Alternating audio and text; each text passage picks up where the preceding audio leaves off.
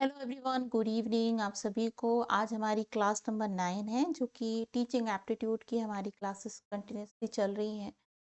और आज हम जो पढ़ने वाले हैं वो है टीचिंग सपोर्ट मटेरियल या सपोर्ट सिस्टम, या फिर कहना चाहिए इवेल्युएशन सिस्टम के बारे में हम पढ़ेंगे। तो आज की क्लास बहुत इम्पॉर्टेंट है सभी स्टूडेंट्स के लिए, तो जो भी अभी नहीं जुड़े हुए हैं वो जुड़ जाइए। और चलिए स्टार्ट करते हैं आज की क्लास को। देखिए, बात करते हैं तो introduction to teaching support system. अब सपोर्ट सिस्टम का मतलब क्या होता है? जब हम सपोर्ट की बात करते हैं तो किसी भी ऐसी व्यवस्था की बात करते हैं जो हमें कार्य करने के लिए मदद देती है। तो जैसे लिखा हुआ है टीचिंग सपोर्ट सिस्टम, इसका मतलब क्या हो जाएगा? टीचिंग करने के लिए, मतलब जब हम शिक्षण करते हैं तो उसमें हमें क्या क्या चीजें सहयोग करती हैं, वो हो जाती है टीचिंग सपोर्ट सिस्टम। ठीक है। तो आज हम इसी के विषय में बहुत अच्छे से जानकारी है अर्जित करेंगे, क्योंकि ये इम्पोर्टेंट टॉपिक है, क्वेश्चंस इससे भी आते हैं। साथ ही साथ में इवैल्यूएशन सिस्टम, चूंकि मूल्यांकन भी उतना ही महत्वपूर्ण होता है जितना कि पढ़ाना, क्योंकि जो भी आपने पढ़ाया है वो बच्चों को कितना समझ में आ रहा है, ये भी बहुत जरूरी होता है। ठीक है। तो टीचिंग सपोर्ट सिस्टम के बारे में पढ़ेंगे, इसके साथ साथ में इवैल्यूएशन के बारे में पढ़ेंगे, तो लास्ट तक जुड़े रहिएगा। अब बात कर लेते हैं, तो पहली बात आ जाती है कि टीचिंग सपोर्ट सिस्टम कितने प्रकार के होते हैं। तो यहाँ पर वैसे देखा जाए तो 3-4 प्रकार के होते हैं। पहले हम बात करेंगे ट्रेडिशनल टीचिंग सपोर्ट सिस्टम के। ट्रेडिशनल का अर्थ क्या हो जाता है? परंपरागत। मतलब आपने देखा होगा कि पहले हमारी शिक्षण कैसे होती थी, शिक्षण के लिए क्या आवश्यक चीजें होती थी। सबसे पहले तो होता था कि एक टीचर होना चाहिए, एक ब्लैक बोर्ड हो जाता था। ठीक है। ब्लैक बोर्ड के साथ में चौक डस्टर ऐसी कुछ बेसिक चीजें हो जाती थी, ये टीचिंग सपोर्ट मटेरियल कहलाते थे। इसके अलावा टीचर्स कभी कभी हो सकता है कि आपको किसी मॉडल के माध्यम से पढ़ा दें, लैब में ले जाकर पढ़ा दें, इसके साथ साथ में चार्ट के माध्यम से समझा दें। तो इस तरह से आप अपने जो भी विषय होता था ना, उसको समझाने का मुख्य तरीका यही होता था। तो ट्रेडिशनल टीचिंग सपोर्ट सिस्टम में क्या आ जाता है? मेनली टेक्स्ट बुक आ जाती है, जो आपको बुक्स मिलती हैं जिसमें कि आपका कंप्लीट सिलेबस होता है ना। ठीक है। जो भी आपका सिलेबस है वो कंप्लीट होता है, जिससे कि आपके पास में पता हो। जैसे टीचिंग का जो सिस्टम है ना, वो आपका त्रिमुखी सिस्टम है। एक टीचर होना चाहिए, लर्नर होना चाहिए, और एक सिलेबस होना चाहिए। तो मेन जो बुक्स होती थी वो सिलेबस का काम करती थी, कि कंप्लीट सिलेबस उसमें होता था। जो इंस्ट्रक्शंस होते थे वो लेक्चर बेस्ड इंस्ट्रक्शंस होते थे। और इस असेसमेंट यानी कि आपका जो मूल्यांकन होता था वो पेन पेपर के साथ में मूल्यांकन होता था। तो ये जो सिस्टम है ये ट्रेडिशनल सिस्टम है, मतलब ये लगातार पारंपरिक रूप से चला आ रहा सिस्टम है। ठीक है। तो इसको तो आप अच्छे से जानते हैं, क्योंकि हमने सभी ने इसी तरह से पढ़ाई अपनी कंप्लीट करी है। टेक्स्ट बुक में सारा आपका सिलेबस होता है। लेक्चर मेथड में आपको एक टीचर होते हैं जो कि पढ़ाते हैं अपनी मेथड्स के माध्यम से। अपनी जो डिलीवरी होती है, जो अपना लेसन प्लान वो बना के लाते हैं, उसके हिसाब से वो पढ़ाते हैं। असेसमेंट जो होगा, पेन पेपर, आपको क्वेश्चन पेपर दिया जाएगा, आप बैठकर क्वेश्चन सॉल्व करेंगे। आपको जितने भी क्वेश्चन मिल रहे हैं उसमें कुछ पासिंग मार्क होंगे, जिससे आप पास या फेल कहे जाएंगे। ठीक है। तो ये ट्रेडिशनल सिस्टम होता है। इसमें जो मेथड होती हैं, जिनमें सपोर्ट मटेरियल के फॉर्म में चॉक डस्टर टेक्स्ट बुक और फिजिकल मटेरियल हो सकते हैं। फिजिकल मटेरियल के अंतर्गत आप मेनली मान लीजिए ग्लोब हो गया, चार्ट हो गया। जैसे हम लोग पीरियोडिक टेबल पढ़ते थे तो उसकी चार्ट हो गई। आपको मैप पढ़ाना है तो एटलस हो गया। इस तरीके से फिजिकल मटेरियल का उपयोग किया जाता है। ठीक है। और टीचर्स जो होते हैं वो बुक पर डिपेंड करते हैं। मेनली बुक उनके पास में इंपॉर्टेंट रोल अदा करती है मटेरियल के फॉर्म में। अब जो रिसोर्सेस हैं वो बहुत लिमिटेड होते हैं टीचिंग इस वाले कंडीशन में। जब ट्रेडिशनल बात कही जाती, बहुत होते हैं लिमिटेड, मतलब ज्यादा स्कोप नहीं होता इसमें वेरिएशन का।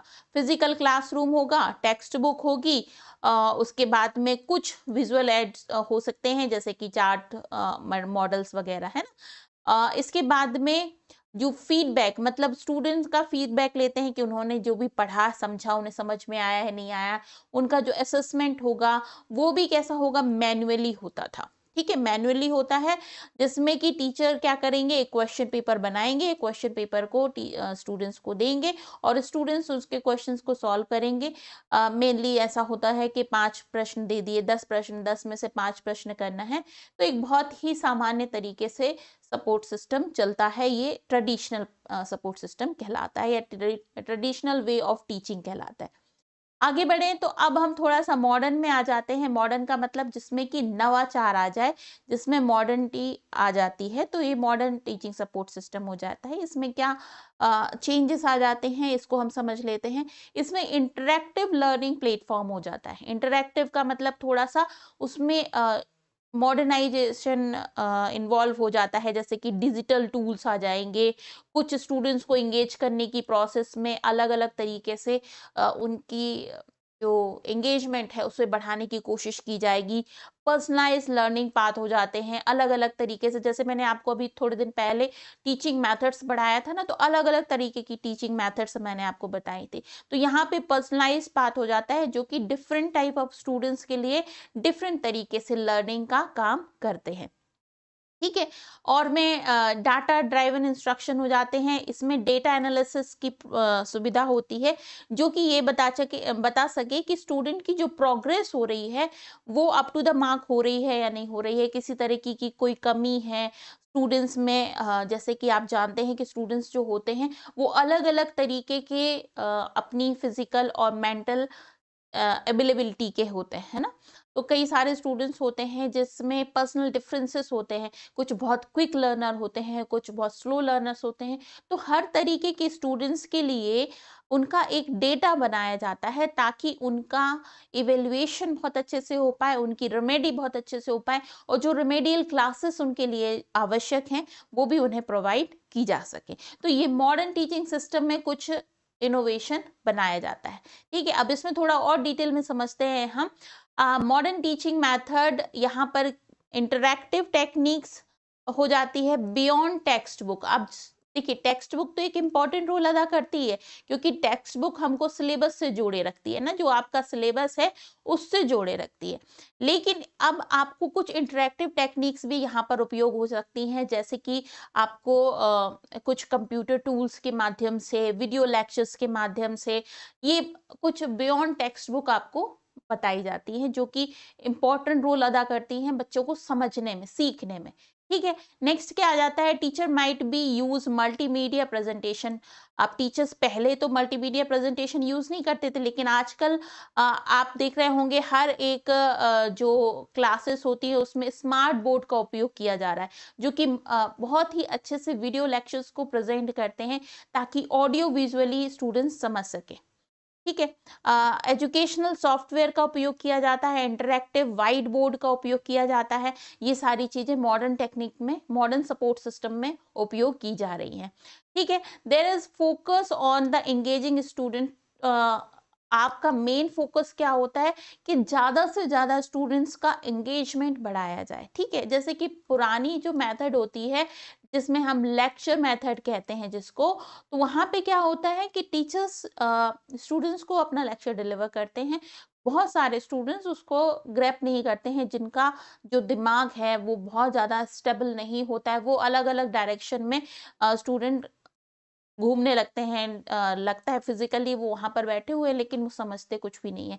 तो यहाँ पर उन सारे स्टूडेंट्स की एंगेजमेंट भी बढ़ाने के लिए इस तरीके से एक्टिविटीज कराई जाती हैं, ग्रुप वर्क कराए जाते हैं, हैंड्स ऑन प्रोजेक्ट्स कराए जाते हैं, ताकि हर एक बच्चा, जो भी एक स्टूडेंट उस क्लासरूम में है, वो उतनी ही अच्छे से पढ़े जितना कि एक जो क्विक लर्नर होता है वो समझता है। ठीक है, अब असेसमेंट मेथड भी चेंजेस, उनमें भी चेंजेस हुए हैं।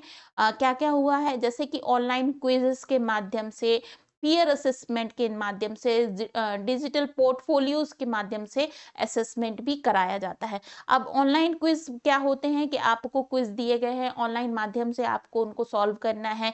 पीयर असेसमेंट का मतलब क्या हो जाता है, आप अपने सहपाठियों के साथ में ही करें। जैसे कि मान लेते हैं एक क्लासरूम में 30 बच्चे हैं, 30 बच्चों में 5-5 स्टूडेंट्स का ग्रुप बना दिया गया और 5-5 स्टूडेंट के ग्रुप में एक स्टूडेंट को दूसरे स्टूडेंट का असेसमेंट करना है, दूसरा तीसरे का करेगा, तीसरा चौथे का करेगा। इस तरीके से वो अपने आपस में ही असेसमेंट करेंगे, तो उनके अंदर एक फेयर कंपटीशन भी जागृत होता है। ठीक है, तो इस तरीके से एक इम्पॉर्टेंट चेंजेस लाने की कोशिश की जाती है। फिर क्या है, resources extend beyond the classroom.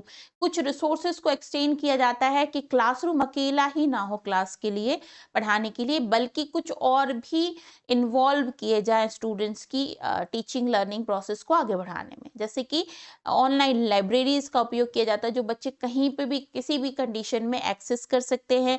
Educational videos भी बनाए जाते हैं, वर्चुअल लैब भी बनाए जाते हैं, जिनके माध्यम से स्टूडेंट्स को एक अच्छी शिक्षा दी जाने की प्रक्रिया संपन्न हो सके। ठीक है, आगे बढ़ते हैं। अब नेक्स्ट जो प्रोसेस है वो है क्या, ICT based teaching support system. अभी हमने 2 प्रकार के सपोर्ट सिस्टम पढ़े। पहला था क्या, हमारा ट्रेडिशनल टीचिंग सपोर्ट सिस्टम, जो कि कंप्लीटली जिस तरीके से एक नॉर्मल टीचिंग प्रोसेस होती है उस तरीके से आधारित होता है। अब दूसरा जो हमारा है था वो क्या था, मॉडर्न टीचिंग सपोर्ट सिस्टम। अब आता है next ICT based teaching support system. अब आईसीटी का मतलब क्या हो जाता है, इंफॉर्मेशन कम्युनिकेशन टेक्नोलॉजी। जैसा कि आपका एक पूरा यूनिट है आईसीटी पर आधारित है, जो कि आईसीटी का क्या रोल है आपके एजुकेशन में, इसको समझाता है। ठीक है, तो आईसीटी एक बहुत महत्वपूर्ण रोल अदा करता है, क्योंकि आपने देखा होगा कि पहले के समय में तो केवल आपको पढ़ाने के लिए वही ट्रेडिशनल वे ऑफ टीचिंग की उपयोग किया जाता था, लेकिन अब बहुत कुछ चेंज किए जा रहे हैं थ्रू आईसीटी। जैसा कि ये भी बात हो रही है कि आपका जो सिलेबस है वो बदलने वाला है, तो सिलेबस बदलेगा तो क्या मेनली चेंज होगा, तो सिलेबस बदलेगा ना, तो ये आईसीटी का जो पोर्शन है ना, इसी में बदलाव होगा, क्योंकि इसमें हर एक दिन नया कुछ इन्वॉल्व हो रहा है, इंक्लूड हो रहा है। ठीक है, अब आईसीटी का टीचिंग सपोर्ट सिस्टम में किस तरीके से रोल है वो हम देख लेते हैं। तो आईसीटी जो है वो वर्चुअल क्लासरूम भी प्रोवाइड करता है। वर्चुअल क्लासरूम का मतलब क्या हो जाता है, conducting live online classes, interactive session, digital platform. आपके इंटरेक्टिव सेशंस होंगे जो कि डिजिटल प्लेटफॉर्म पर अवेलेबल कराए जाएंगे। मोबाइल लर्निंग की के लिए एप्लीकेशन, जैसा कि हमारे चैनल का भी एक एप्लीकेशन बन गया है, जिसमें आप कहीं भी किसी भी वक्त एक्सेस कर सकते हैं। जो हमारे वीडियो लेक्चर्स हैं, आप उससे कहीं पर भी, अब जरूरी नहीं है कि आपको यूट्यूब खोलना है, आप ऑफलाइन माध्यम से भी उसको पढ़ सकते हैं। तो ये मोबाइल लर्निंग एप्लीकेशंस भी बनाए जाते हैं। Utilise mobile device for assessing educational content. अपने एजुकेशनल कंटेंट को मोबाइल डिवाइस के माध्यम से आप जल्द से जल्द समझने की कोशिश करें। अब फिर क्या है, cloud based learning management system. अब यहाँ पर बहुत कुछ आपको पढ़ाया जाता है, जैसे आपका पास में सिलेबस हो गया, अलग अलग तरीके के आपके पास में नोट्स हो गए। अब उन नोट्स को आप कहाँ पे रखेंगे, तो ये आपको सुविधा दी जाती है क्लाउड बेस्ड स्टोरेज की, है ना, जो स्टोरिंग करने की कैपेसिटी रखता है काफ़ी सारी चीज़ों को। तो एक ये भी सुविधा प्रोवाइड कराई जाती है। तो जहाँ कहीं पे भी आईसीटी का रोल आ जाता है, तो उस तरीके से लर्निंग सपोर्ट सिस्टम को क्या कहा जाएगा, टीचिंग सपोर्ट सिस्टम। अब आज से आप मान लीजिए कई सालों पहले, यदि 20 साल पुरानी ही बात कर लें, ज़्यादा दूर नहीं जाते हैं हम, तो आईसीटी का उतना रोल नहीं हुआ करता था। तो हम जो बात करते थे पढ़ाई की, वो सिर्फ आपका जो ट्रेडिशनल वे ऑफ टीचिंग था उसी की बात करते थे, या फिर थोड़ा बहुत मॉडर्नाइजेशन भी आ गया था। आई थिंक 2011-12 से स्मार्ट बोर्ड उपयोग होने लगे थे। तो ये तो था, लेकिन आईसीटी का आज प्रेजेंट टाइम में रोल बहुत ज़्यादा इम्पोर्टेंट हो गया है। ठीक है, अब आगे बढ़ते हैं हम। आईसीटी को और अच्छे से समझने की कोशिश करें तो ICT stand for information communication technology, आप समझते हैं इसको बहुत अच्छे से, आईसीटी को जानते हैं। फिर आईसीटी क्या करता है टीचिंग सपोर्ट सिस्टम में, आपको टेक्नोलॉजी प्रोवाइड करता है पढ़ाने के लिए, कंट्रोल करता है टीचिंग लर्निंग प्रोसेस को। इसके बाद में teachers use tools like computers, tables, and internet to deliver interactive lectures for students. आपके स्टूडेंट्स को बहुत अच्छे लेक्चर्स प्रोवाइड करने की कोशिश करते हैं। ठीक है, लर्निंग मैनेजमेंट सिस्टम, यहाँ पर लर्निंग मैनेजमेंट सिस्टम भी बनाया जाता है जिसको LMS कहा जाता है। और ये क्या करता है, organise course material assignment and communication. Students के जो कम्युनिकेशन है उसको इम्प्रूव करने के लिए, उनके असाइनमेंट्स को जज करने के लिए, उनका कम्युनिकेशन इम्प्रूव करने के लिए इनका उपयोग किया जाता है। अब क्या है, स्टूडेंट में एक्सेस ऑनलाइन रिसोर्सेस। स्टूडेंट्स कहीं पर भी अपने ऑनलाइन माध्यम से भी पढ़ाई कर सकते हैं, जहाँ पे उन्हें वर्चुअल क्लासरूम उपलब्ध कराया जाता है। कोलैबोरेटिव लर्निंग, जिसमें कि कई सारे अलग अलग टीचर्स जो होते हैं, जो कहीं और भी होते हैं, फॉरेन कंट्रीज में भी होते हैं, वो भी आपकी क्लासेस लेते हैं। और पीयर ग्रुप जो होता है वो उनका भी इम्पॉर्टेंट रोल होता है, एक दूसरे की मदद करना, और डिजिटल प्लेटफॉर्म में इनको पढ़ाने का काम भी किया जाता है। इसके बाद में आ जाता है असेसमेंट कैन बी अब यहाँ पे असेसमेंट जो होता है, असेसमेंट का अर्थ क्या होता है, मूल्यांकन। मूल्यांकन पहले क्या होता था, आपका क्लासरूम के माध्यम से या पेन पेपर के माध्यम से होता था, अब ऑनलाइन क्विज, ठीक है, ग्रेडिंग सॉफ्टवेयर, डेटा एनालिसिस के माध्यम से भी इम्पॉर्टेंट हो जाता है कि आपका असेसमेंट कराया जाता है। तो ये ICT बेस्ड जो सिस्टम है वो फ्लेक्सिबिलिटी प्रोवाइड करता है स्टूडेंट्स की टीचिंग लर्निंग प्रोसेस में। आगे बढ़ते हैं, यहाँ पर बात आ जाती है element of evaluation system. Element of evaluation system में कौन कौन से एलिमेंट्स होते हैं, जैसे कि इवेल्युएशन सिस्टम की पहले बात समझ लेते हैं हम, इवेल्युएशन सिस्टम क्या होता है। तो इवेल्युएशन सिस्टम जो है वो क्या है, मूल्यांकन। मूल्यांकन का अर्थ क्या होता है, आपने साल भर जो कुछ भी पढ़ा है उस पढ़ने को आपका ये जाना जाए, ये जांचा जाए कि आपको क्या समझ में आया है। आपको अगर समझ में आया है तो अच्छा है, आपका जो पढ़ना था वो साकार हुआ, नहीं आया है तो आपका जो पढ़ना और पढ़ाने की जो प्रोसेस थी वो फेल हो गई। तो एलिमेंट क्या होंगे, सबसे पहले तो उद्देश्य जानना चाहिए, क्राइटेरिया जानना चाहिए, मेथड्स जानना चाहिए। तो पहले उद्देश्य तो क्या होता है, clear goal and expectation to measure specific learning outcomes. अब लर्निंग के जो आउटकम्स हैं उसको आपको फुलफिल करना है। लर्निंग के आउटकम क्या होते हैं कि स्टूडेंट्स को जो कुछ भी पढ़ाया जा रहा है उसे समझ में आए, तो उसको फुलफिल करना पहला उद्देश्य ये हो जाता है। क्राइटेरिया क्या है, अब क्राइटेरिया ये है कि स्टूडेंट्स का जो परफॉर्मेंस है उसको इन्हेंस किया जाए, उसको जज किया जाए, उसकी क्वालिटी को इम्प्रूव किया जाए। इसके बाद में मेथड में देखा जाए तो टेक्निक देखी जानी चाहिए कि टेक्निक कौन कौन सी उपयोग में ली जा रही है स्टूडेंट्स को परफॉर्मेंस को जज करने के लिए। ठीक है, importance of evaluation in teaching support system. अब importance of evaluation in teaching support system में देख लेते हैं। टीचिंग सपोर्ट सिस्टम में क्या इंपॉर्टेंस है, सबसे पहले तो इससे क्या हो जाता है, फीडबैक मिल जाता है स्टूडेंट से। आप पूछ सकते हैं कि उन्हें कुछ समझ में आया है कि नहीं आया है, तो आप उस तरीके से उसे फैसिलिटेट कर सकते हैं, उसको सुविधा दे सकते हैं उसकी परफॉर्मेंस को इम्प्रूव करने के लिए। ठीक है, वैलिडिटी एंड रिलायबिलिटी, वैलिडिटी और रिलायबिलिटी को भी चेक किया जाता है कि ensuring accurate and consistent evaluation result over the time. आप देखिए, अगर आपका इवेल्युएशन बहुत अच्छे से है तो ये जानना जाएगा कि जो आपका इवेल्युएशन है वो समय से हो रहा है या फिर नहीं हो रहा है। Ensuring evaluation practice align with the teaching objectives. यहाँ का जो गोल है वो क्या है कि आपका जो इवेल्युएशन सिस्टम है उसके टीचिंग के जो ऑब्जेक्टिव्स बनाए हैं आपने उसे फुलफिल करे। ठीक है, अब एलिमेंट्स को आपने यहाँ पर जान लिया, उद्देश्य हो गया, क्राइटेरिया हो गया, मेथड हो गया, फीडबैक हो गया, एंड वैलिडिटी रिलायबिलिटी हो गया। तो ये सारे उद्देश्य हो गए। इसके बाद में type of evaluation support system में देख लेते हैं कौन कौन से इवेल्युएशन के टाइप होते हैं। तो सबसे पहले आता है फॉर्मेटिव।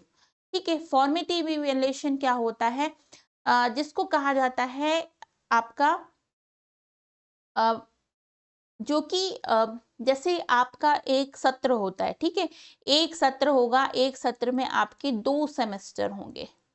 ठीक है, 2 सेमेस्टर होंगे और 2 सेमेस्टर को इस तरीके से आपका डिजाइन किया जाएगा कि बच्चे का हर एक सेमेस्टर में जो कुछ भी आप उसको पढ़ा रहे हैं उसका समय समय पर मूल्यांकन करें, ठीक है। ऑन गोइंग असेसमेंट हो तो for monitoring progress and providing feedback, मतलब आप क्लासरूम टेस्ट लेने के साथ साथ में, शॉर्ट क्विज लेने के साथ साथ में, प्रैक्टिकल करवाने के साथ साथ में, मतलब ऑन गोइंग असेसमेंट हो, जो जिसको आप शॉर्ट फॉर्म में एफए भी कहा जाता है ना। स्टूडेंट्स के एफए लिए जाते हैं जो कि हर एक मंथ में, हर एक 3 मंथ में होते हैं, जिससे कि स्टूडेंट्स की प्रोग्रेस को इन्हेंस किया जाए, उनका रेगुलर उनसे उनका फीडबैक मिले। ऐसा नहीं हो कि साल भर में एग्जाम हो रहा है और फिर पता चल रहा है कि बच्चा कुछ पढ़ा है या नहीं, ठीक है। तो ये जो फॉर्मेटिव का मतलब हो जाएगा समय समय पर जो एग्जामिनेशन या फिर असेसमेंट कराया जाता है। समेटिव का अर्थ हो जाता है आपका साल का अंत हुआ, ठीक है, सेमेस्टर का अंत हुआ, उसके बाद में साल का अंत होता है, पूरा एक सत्र आपका कंप्लीट हो जाता है, तो एक समेशन के फॉर्म में एक असेसमेंट कराया जाता है जो साल भर की प्रोग्रेस को देखता है। उसमें जो एफए होते हैं ना, उनके मार्क्स को भी ऐड किया जाता है, ठीक है। तो एफए जितनी भी होते हैं, मतलब फॉर्मेटिव असेसमेंट होते हैं, उनके मार्क्स को भी ऐड किया जाता है। तो ये क्या कहलाता है? Assessment at the end of learning period to measure the overall achievement, ठीक है। बच्चे का ओवरऑल अचीवमेंट को चेक करने के लिए ये समेटिव असेसमेंट होता है। अब होता है डायग्नोस्टिक इवेल्युएशन। डायग्नोस्टिक का मतलब ही होता है डायग्नोस करना। जैसे मान लेते हैं अलग अलग तरीके के स्टूडेंट्स हैं, कुछ बहुत ही ब्रिलियंट होते हैं जिसको हम बहुत अच्छे स्टूडेंट्स कहा जाता है, एक्सट्रीमली इंटेलिजेंट स्टूडेंट होते हैं, कुछ थोड़े वीक होते हैं, कुछ प्रॉब्लमेटिक स्टूडेंट्स होते हैं।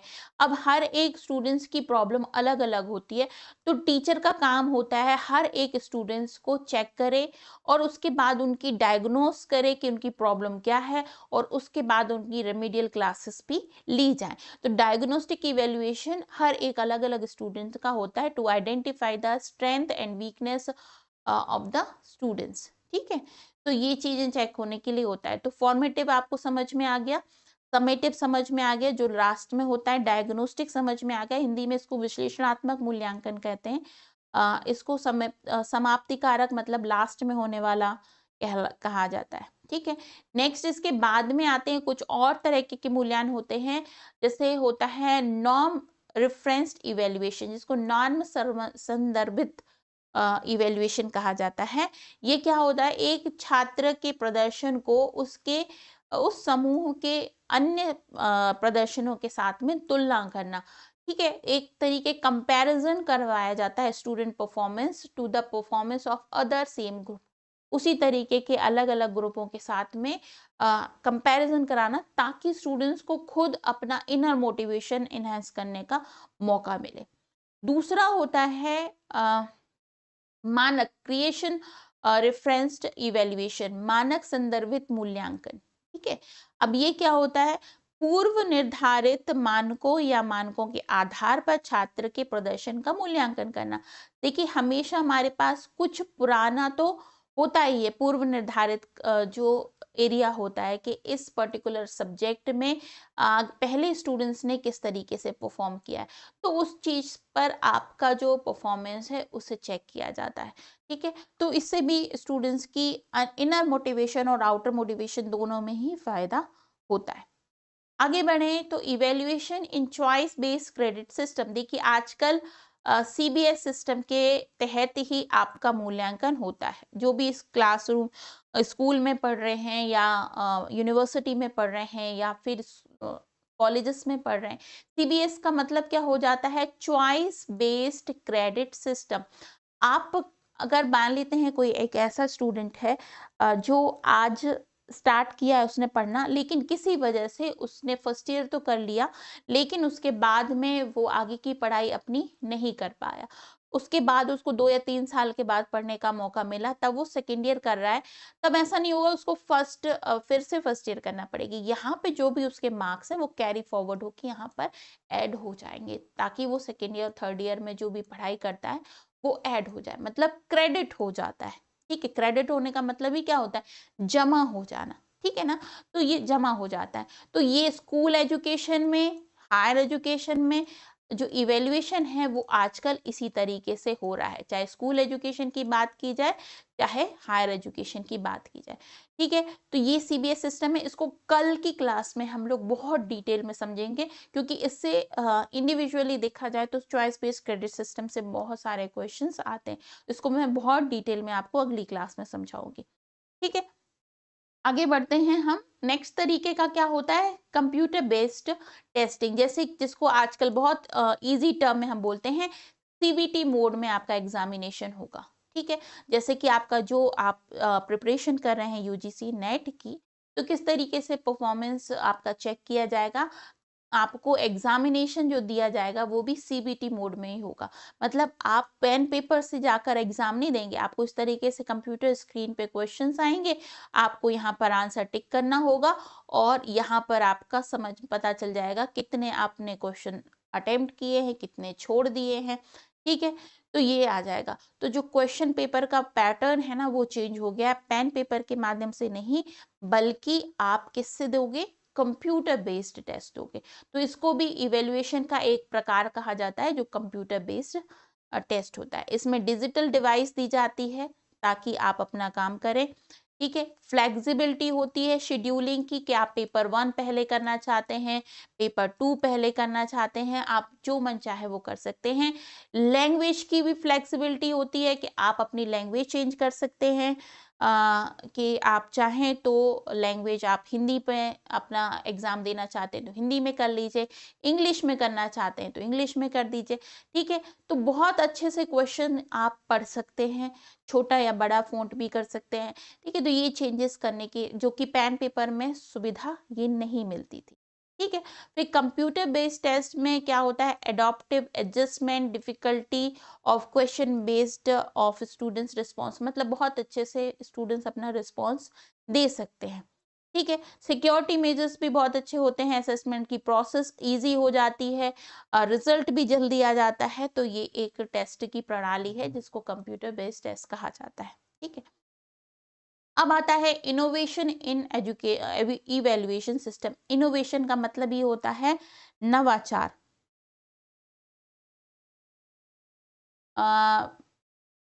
रोहित आप ये कह रहे हैं पेपर 1 के लिए सेपरेट टेलीग्राम है क्या? नहीं, टेलीग्राम चैनल मेरा केवल एक ही है, आप उसी में ज्वाइन हो सकते हैं। ठीक है, बाकी एजुकेशनल जो एजुकेशन के वीडियोस हैं वो मैं जो क्लासेस लूंगी उन्हें मैं सेपरेट कर दूंगी, जो एजुकेशन के स्टूडेंट हो।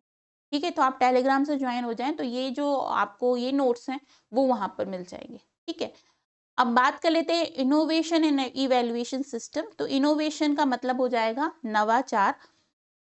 तो नवाचार का अर्थ क्या होता है, किसी भी चीज को नए तरीके से अ, स्वचालित करना या फिर संचालित करना। तो इवैल्यूएशन में नई नई चीजें क्या आ रही हैं, तो देखो यहाँ पर आ रहा है स्वचालित अंकित करना। मतलब एक इस तरीके की प्रणाली जिसमें स्टूडेंट जो हो जाए ना वो अपने आप भी उसको मतलब जो प्रक्रिया है ना वो अपने आप भी रन करे, मतलब कोई चेक करने वाला नहीं है या फिर मॉनिटर करने वाला नहीं है तो भी ये काम कर पाए। आपका एजुकेशन नहीं है रोहित, फिर भी आपको जो मिलेगा वो वहां पर ही मिलेगा, टेलीग्राम पर ही। तो आप पेपर 1 में ही जुड़ सकते हैं, उसके लिए अलग अलग मिक्स होने की जरूरत नहीं है। आपको टीचिंग एप्टीट्यूड सर्च करना है, आपको टीचिंग एप्टीट्यूड के नोट्स मिल जाएंगे। ठीक है, चलिए अब नेक्स्ट बात कर लेते हैं हम। यहाँ पर क्या होता है, जैसे बहुविकल्पीय प्रश्न होते हैं, वस्तुनिष्ठ मूल्यांकन होता है, कृत्रिम जो मूल्यांकन होता है, मशीन लर्निंग के माध्यम से इसका काम हो जाता है। तो इसको इनोवेशन एक तरीके से मान लिया जाए, जो टीचिंग लर्निंग में इम्प्रूव किया जाएगा जाता है। ठीक है, अब इसके बाद में परफॉर्मेंस बेस्ड असेसमेंट, प्रदर्शन आधारित मूल्यांकन। यहाँ पर प्रदर्शन आधारित मूल्यांकन का मतलब क्या हो जाता है, वास्तविक जो कार्य होते हैं, मतलब इनक्रप्टिंग रियल वर्ल्ड टास्क जो होते हैं उनको स्टूडेंट्स को दिया जाता है और फिर बताया जाता है कि भाई आपको परियोजनाओं में मतलब प्रोजेक्ट्स में शामिल होना है, प्रोजेक्ट आपको करना है और उसके बाद में उसको उस पर जो आपने परफॉर्मेंस दी होती है उस पर आपका मूल्यांकन किया जाता है। ठीक है, तो ये भी एक नया तरीका है मूल्यांकन का। नेक्स्ट आ जाता है पोर्टफोलियो असेसमेंट। पोर्टफोलियो मूल्यांकन। अब ये क्या चीज होती है कि छात्रों को एक पोर्टफोलियो तैयार करने की अनुमति दी जाती है, ताकि वे समय समय में अपने समय के साथ अपनी शिक्षा, अपनी प्रगति, अपनी उपलब्धि को प्रदर्शित कर पाए। मतलब हर एक स्टूडेंट्स को बोला जाता है कि आप अपना पोर्टफोलियो बनाइए, जिसमें आप अपनी जो उपलब्धियां हैं उनको समय समय पे बताते रहिए। ठीक है। Peer assessment. पीयर का अर्थ क्या होता है? आपके सहपाठी, आपके साथ में जो आपकी क्लासरूम में बच्चे पढ़ते हैं वो आपके पीयर ग्रुप में कहलाते हैं। तो एक स्टूडेंट, ठीक है, एक यहाँ पर स्टूडेंट बैठा है, ये दूसरा स्टूडेंट है, इनका ग्रुप बना दिया गया, इसने पेपर दिया, इसने भी पेपर दिया, इसका मूल्यांकन ये करेगा, इसका मूल्यांकन ये करेगा, तो एक पीयर ग्रुप असेसमेंट भी हो जाता है। तो स्टूडेंट्स एक दूसरे के साथ में थोड़ी इजी भी हो जाते हैं। हो सकता है क्वेश्चंस उनके साथ में वो ज़्यादा कंफर्टेबली पूछ सकें कि कैसा किया है, किस तरीके का किया है ना। तो छात्र इस तरीके से अच्छा मूल्यांकन अपना कर सकते हैं। ठीक है। उनके इनमें एक तो एक दूसरे की मदद करने की जो विचार है वो भी आता है, उनकी क्रिटिकल थिंकिंग भी बढ़ती है, कोलैबोरेशन उनका बढ़ता है, एक दूसरे के साथ साथ में उनके विचारों को भी इनहेंस होते हैं, मतलब विचारों का आदान प्रदान बहुत अच्छे से करते हैं। ठीक है। अब इसके बाद में गेमिफिकेशन हो जाता है, मतलब खेल कूद के द्वारा असेसमेंट करना। छोटे छोटे से कुछ खेल बनाए जाएंगे और उसके माध्यम से पढ़ाई या और उसके साथ साथ में उसका असेसमेंट भी कराया जाएगा। तो ये थे असेसमेंट के कुछ नए तरीके। ठीक है। तो एडॉप्टिव लर्निंग, प्रोकेटेड एग्जाम और ऑटोमेटेड ग्रेडिंग और पीयर असेसमेंट, ये तरीके से देखा जाए तो कंक्लूजन फॉर्म में देखा जाए तो ये हमने देखा है कि इस तरीके से आजकल असेसमेंट कराया जाता है। ठीक है। तो ये था आज का क्लास, जिसमें हमने बात करी, एक बार रिवाइज कर लेते हैं हमने किस किस चीज के बारे में बात करी। तो आज का हमारा जो टॉपिक था वो क्या था? टीचिंग सपोर्ट सिस्टम के बारे में समझना। टीचिंग सपोर्ट सिस्टम क्या है, इवैल्यूएशन क्या है, उसके समझना। तो टीचिंग सपोर्ट सिस्टम में हमने पहले पढ़ा कि ट्रेडिशनल टीचिंग क्या होती है, उसको समझने की कोशिश करी। टीचिंग ट्रेडिशनल टीचिंग के जो एरियाज थे उसको समझा हमने, फिर मॉडर्न टीचिंग सपोर्ट सिस्टम को समझा। इसके बाद में मॉडर्न टीचिंग सपोर्ट सिस्टम के बाद में हमने ICT based teaching support system को समझा। फिर उसके बाद में है इवेल्युएशन सिस्टम को समझने की कोशिश करी, ऑब्जेक्टिव क्राइटेरिया और मेथड्स को समझा हमने। और इसके बाद में इवेल्युएशन सिस्टम में क्या क्या नई नई चीजें आई हैं, कितने प्रकार होते हैं, ये समझने की कोशिश करी। और सीबीसीएस सिस्टम के बारे में हमने बहुत ही छोटा सा इंट्रोडक्शन लिया है। कल की क्लास में हम सीबीसीएस सिस्टम को बहुत अच्छे से समझेंगे, क्योंकि ये एक इम्पॉर्टेंट टॉपिक है जिसके ऊपर सेपरेटली बहुत सारे क्वेश्चंस बनते हैं। तो कल की क्लास में हम सीबीसीएस सिस्टम के बारे में पढ़ेंगे। बाकी हमने इनोवेशन पढ़ा और ये था आज का हमारा सेशन जो कि कंप्लीट हो रहा है। आई होप आपको बहुत अच्छे से समझ में आया होगा।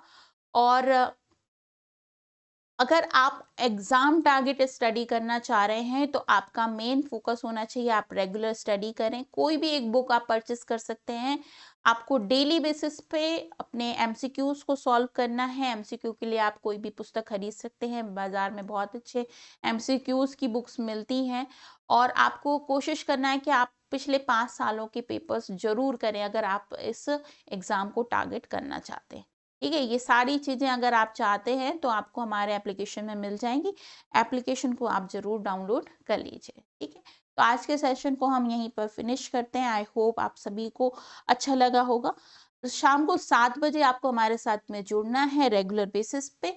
कल की क्लास को जरूर ध्यान में रखिएगा, सीबीसीएस सिस्टम के बारे में हम पढ़ेंगे। तो इस क्लास को हम यहीं पर फिनिश करते हैं।